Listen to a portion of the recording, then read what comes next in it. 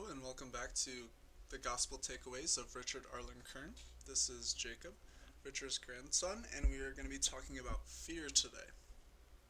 The summary is God says, "Don't fear, for He is our protector." Deuteronomy chapter 28, verse 1, 2, and 6. Now if you will hear the voice of the Lord your God, to do and keep all His commandments, which I command you this day, the Lord your God will make you higher than all the nations that are on the earth. Speaking to Israel. And all these blessings shall come upon you and overtake you. Yet so if you hear his precepts, blessed shall you be, coming in and going out. Tobias chapter 5 verses 21 through 27. And Tobias answering said, May you have a good journey, and God be with you in your way, and his angel accompany you. Then all things being ready that were to be carried in their journey, Tobias bade his father and his mother farewell. And they set out both together. And when they were departed, his mother began to weep, and to say, You have taken the staff of your old age, and sent him away from us. I wish the money for which you have sent him had never been, for our poverty was sufficient for us, that we might account it as riches, that we saw our son. And Tobias said to her, Weep not, our son will arrive there safe, and will return safe to us, and your eyes shall see him. For I believe the good angel of God does accompany him, and does order all things well that are done about him, so that he shall return to us with joy. The book of Job, chapter 5, verses 19 through 27. In 6 troubles he shall deliver you, and in the 7th evil shall not touch you. In famine he shall deliver you from death, and in battle from the hand of the sword. You shall be hidden from the scourge of the tongue, and you shall not fear calamity when it comes. In destruction and famine you shall laugh, and you shall not be afraid of the beasts of the earth. But you shall have a covenant with the stones of the lands, and the beasts of the earth shall be at peace with you. And you shall know that your tabernacle is in peace, and visiting your beauty you shall not sin. You shall know also that your seed shall be multiplied, and your offspring like the grass of the earth. You shall enter into the grave in abundance, as a heap of wheat is brought in its season. Behold, this is even so, as we have searched out, which you having heard, consider it thoroughly in your mind. The book of Psalms, chapter 26, verses 1 through 3. The Lord is my light and my salvation. Whom shall I fear? The Lord is the protector of my life. Of whom shall I be afraid?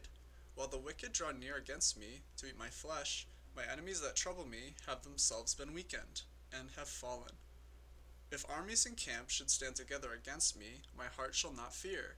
If a battle should rise up against me, in this I will be confident. Psalms chapter 33, verse 8, 18, 20, and 21. The angel of the Lord shall encamp round about them that fear him, and shall deliver them. The just cried, and the Lord heard them, and delivered them out of their troubles. Many are the afflictions of the just, but out of them all will the Lord deliver them. The Lord keeps all their bones, not one of them shall be broken. Psalms chapter 36, 39 through 40. But the salvation of the just is from the Lord, and he is their protector in the time of trouble.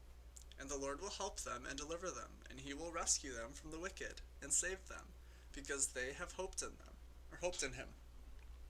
I think these are all really important right now, especially during this time that we are living in, that we are extra reliant on God and not fearful of any of these things that are happening or about to happen.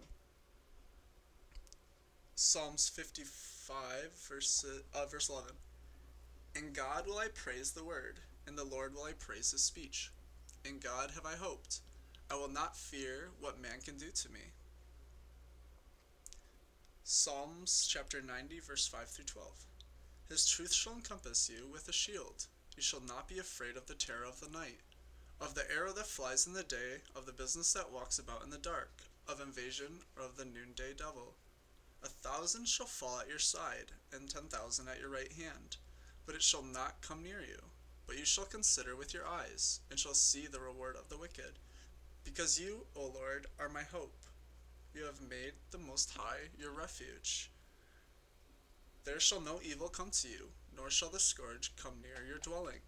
For he has given his angels charge over you, to keep you in all your ways. In their hands they shall bear you up, lest you dash your foot against a stone. The book of Proverbs, chapter 3, verses 21 through 26. My son, let not these depart from your eyes. Keep the law and counsel, and there shall be life to your soul, and grace to your mouth. Then shall you walk confidently in your way, and your foot shall not stumble. If you sleep, you shall not fear. You shall rest, and your sleep shall be sweet. Be not afraid of sudden fear, nor of the power of the wicked falling upon you. For the Lord will be at your side, and will keep your foot, that you be not taken. Proverbs chapter 28, verse 1. The wicked man flees, when no man pursues, but the just, bold as a lion, shall be without dread. And he says, read chapters 17 and 18 of Wisdom, so we are going to do that. Wisdom chapter 17. For your judgments, O Lord, are great, and your words cannot be expressed.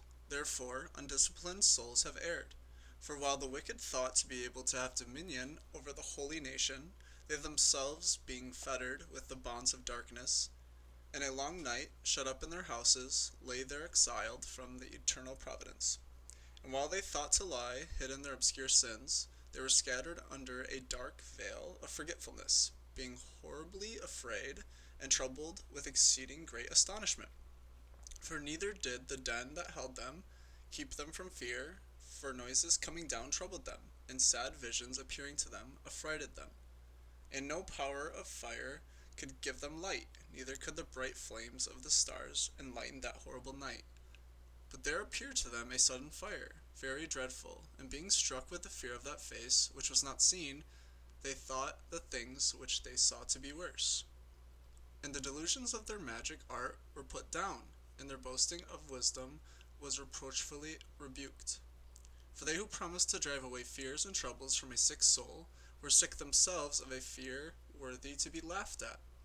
For though no terrible thing disturbed them, yet being scared with the passing by of beasts and hissing of serpents, they died for fear, and denying that they saw the air, which could by no means be avoided. For whereas wickedness is fearful, it beareth witness of its condemnation, for a troubled conscience always forecasteth grievous things. For fear is nothing else but a yielding up of the succours from thought, and while there is less expectation from within, the greater doth account the ignorance of that cause which bringeth the torment. But they that during that night, in which nothing could be done, and which came upon them from the lowest and deepest hell, slept the same sleep, were sometimes molested with the fear of monsters, sometimes fainted away, their soul failing them, for a sudden and unlooked for fear was come upon them. Moreover, if any of them had fallen down, he was kept shut up in the prison without irons. For if any one were a husbandman, or a shepherd, or a laborer in the field, and was suddenly overtaken, he endured a necessity from which he could not fly.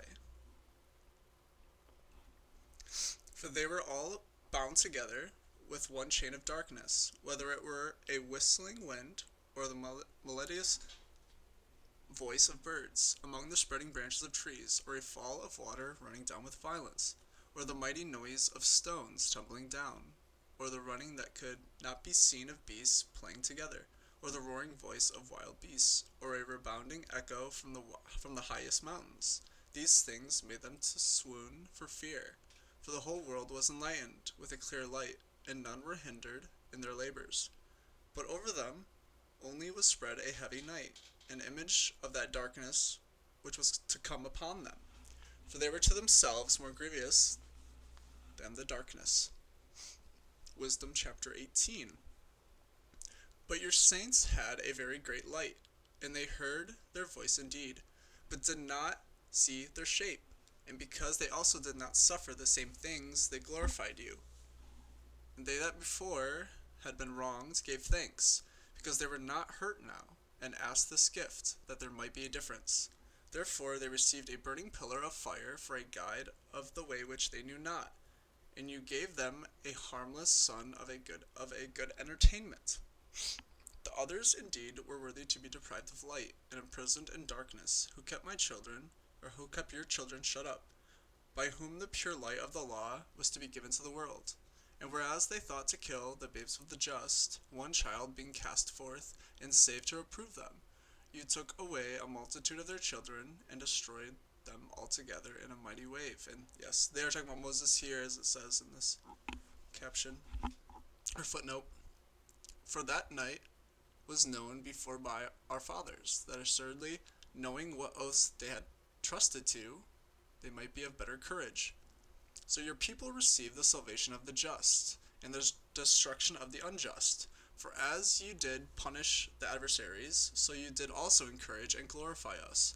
For the just children of good men were offering sacrifice secretly, and they unanimously ordered a law of justice, that the just should receive both good and evil alike, singing now the praises of the fathers.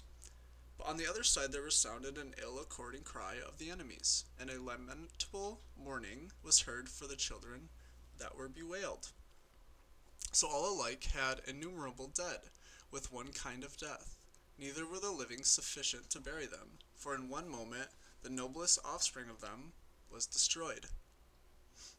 For whereas they would not believe anything before, by reason of the enchantments, then first upon the destruction of the firstborn, they acknowledged the people to be of God.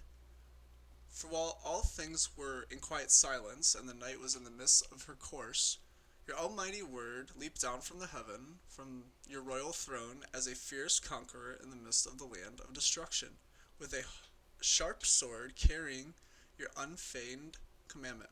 And he stood and filled all things with death, and standing on the earth, reached even to heaven. Then suddenly visions of evil dreams troubled them, and fears unlooked for came upon them.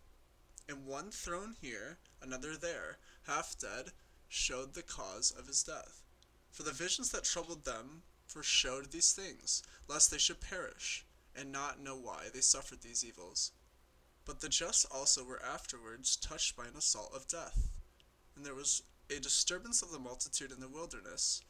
But your wrath did not long continue.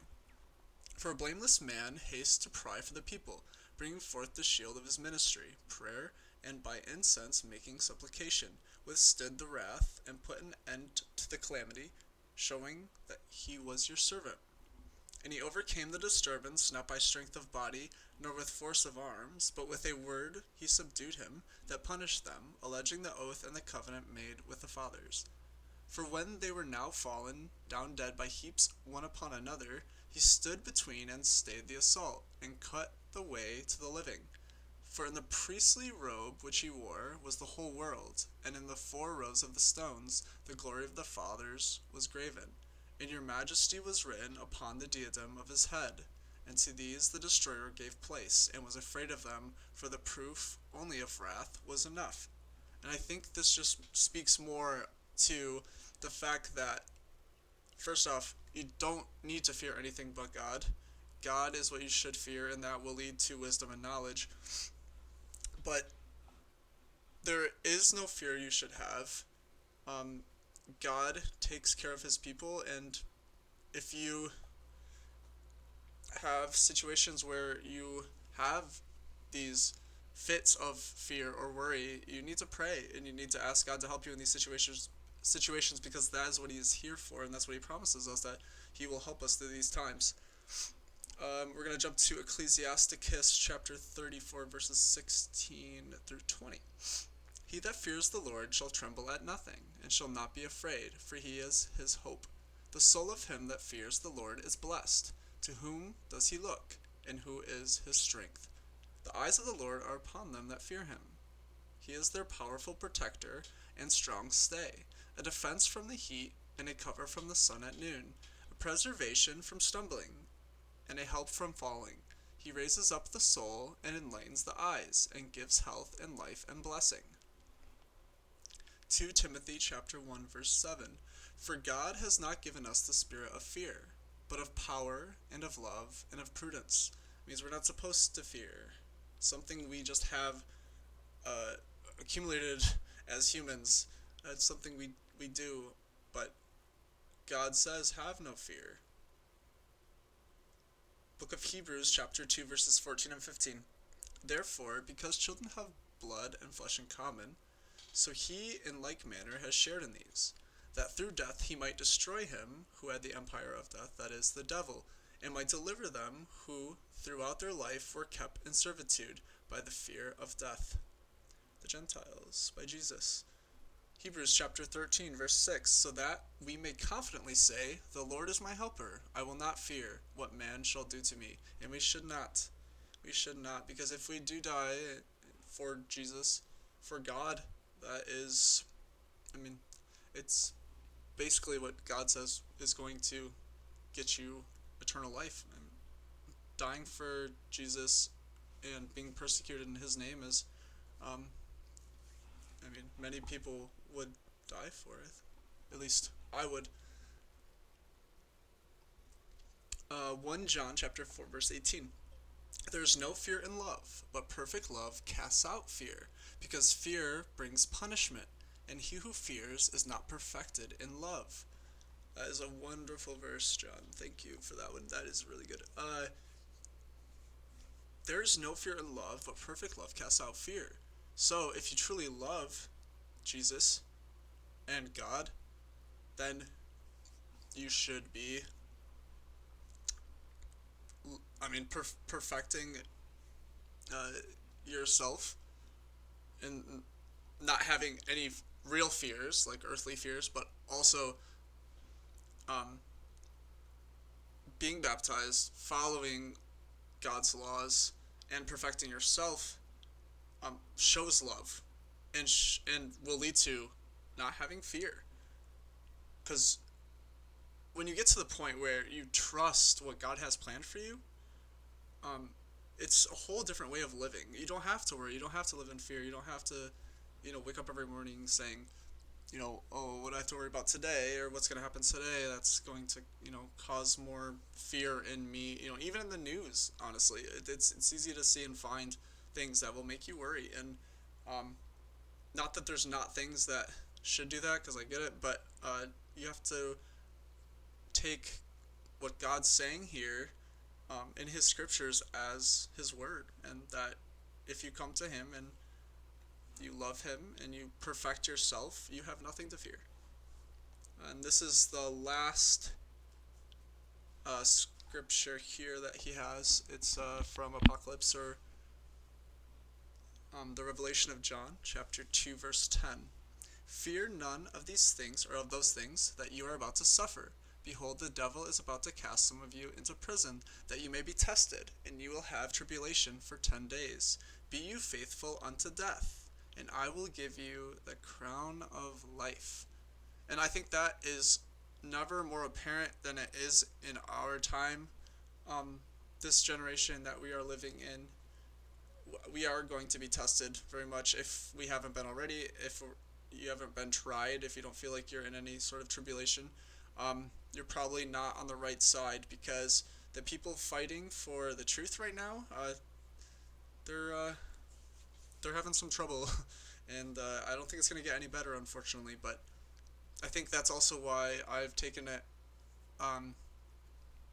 somewhat upon myself to do this now, is because I don't know how much longer this is even going to be available like this.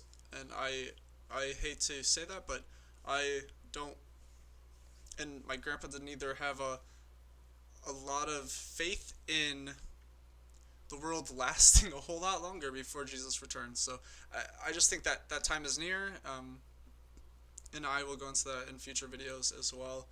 But that's from the last book of the Bible. Second chapter, but it says, fear none of those things that you're about to suffer.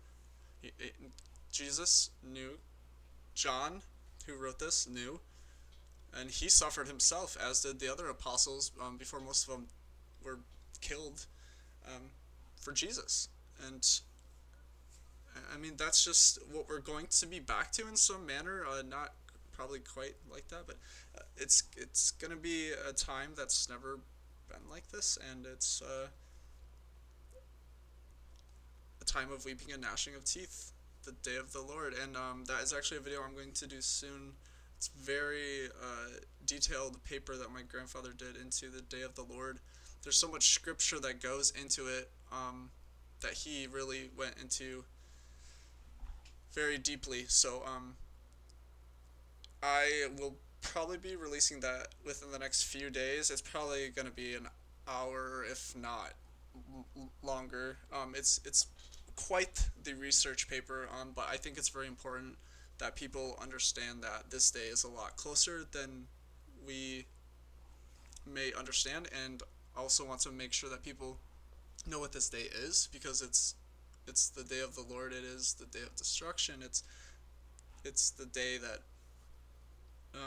it's been prophesied about, Isaiah, Ezekiel, um, since, yeah, a long time ago, and it's a day that will definitely live in infamy, um, and that is definitely an understatement, I'm sure, sadly. But I uh, I hope that you all look at this intro video, because it's an introduction video. I think fear in itself is, um, what people. I mean, I remember being asked that even younger. Like, do you fear God? And it was a weird question at first, but I mean, think about all the things you do fear or you could fear physically on this world, and then consider who made all those things, and then reconsider that it's in His hands, and you just have to leave it in His hands sometimes. But I hope you all have a wonderful day, wonderful night, wherever you may be watching this. Um, Thanks again for all of the recent um, contribution to this channel. I appreciate it, and I ask you to further that if you're finding truth in these words. God bless.